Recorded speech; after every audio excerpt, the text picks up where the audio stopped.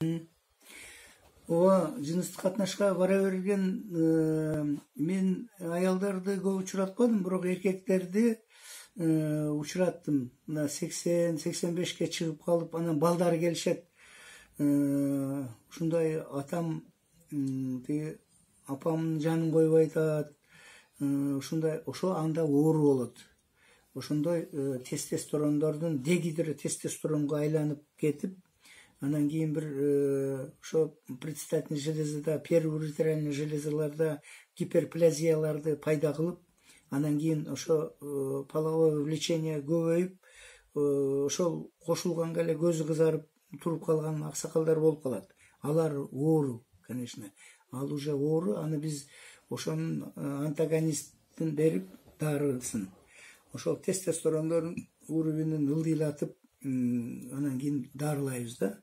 Ошондой учурлар болот. Эми аялдардыкы дагы болуусу мүмкүн. Эми ал ошо психологический нерв системасы менен байланыштуу болот.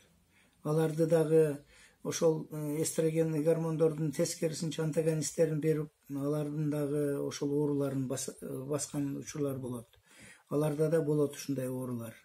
Психология менен нерв системасы менен байланышкан болуп калат көбүнчө. Эми баягы бизде ошол неме боюнча 4 деп коюлуп калыптыр эми дин боюнча. 4 аял. 4 аялга деп уруксат деп тигинтип. Эми анын количествосунан зависит этпейт, конечно. Эми 2 аял алып жүргөндөр көп эле учурайт. Аны физиологиялык жактан неме кылса болот. Ал 2 аялды тең неме кылганга эми организмдин немеси жетет. Ал эми баягы биздин немеде ал моралдык жактан барды жакшы түшүнө бербеген учурлар болот. Анын мүмкүн экен деп туруп эле немесине баш аягы жок ала бергенде да болбойт, конечно.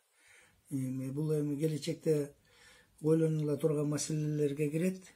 Бул тууралуу а же бул деп айта берген дагы туура эмес болуп калат го. Индивидуальный ар бир адамдын өзүнүн немеси менен чечиле турган нерсе. Суроолор көбөйдү. Бул эми баягы азыркы учурда ал баягы бизнес аралашып кетип атпайбы? Бизнес.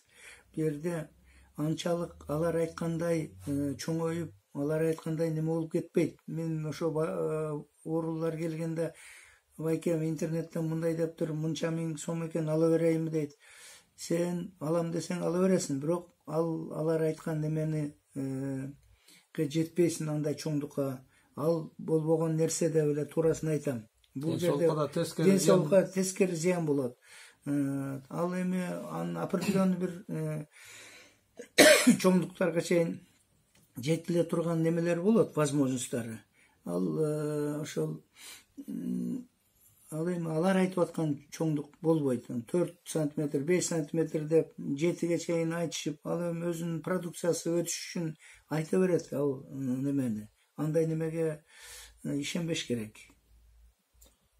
Эми чоң кичинеси эми ал өзү бир 10-12 эми ошонун тегерегинен орто деп эсептелет.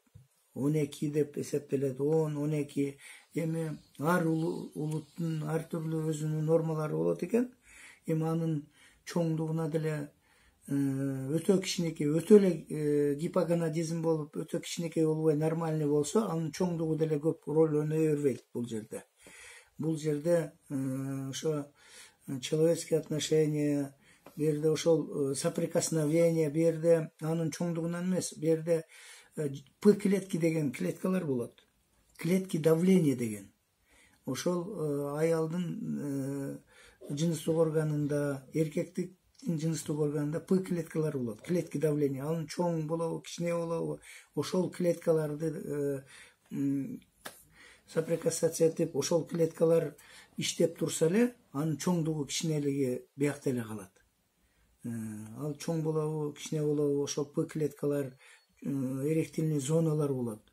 ошол зоналар жакшы, ошол зоналарды жакшы билип, ошол зоналарга влияние болсо, эки жактан тең. Булардын бул учурда жыныстык алиги деп атпайсызбы, анын чоңдук кичинелиги эч кандай роль ойнобойт. Бул болот, ооба. Тукумдан да болот. Тукумдан да болот. Ал эми анын ошол гипоганадизм болуп калганы ошо жыныстык органдагы железалардан зависит этет, тукумдан дагы зависит этет. Анан ошо головной мозгдо өзүнчө бир точкалар бар, ошолордун иштөө функцияларына байланыштуу болот.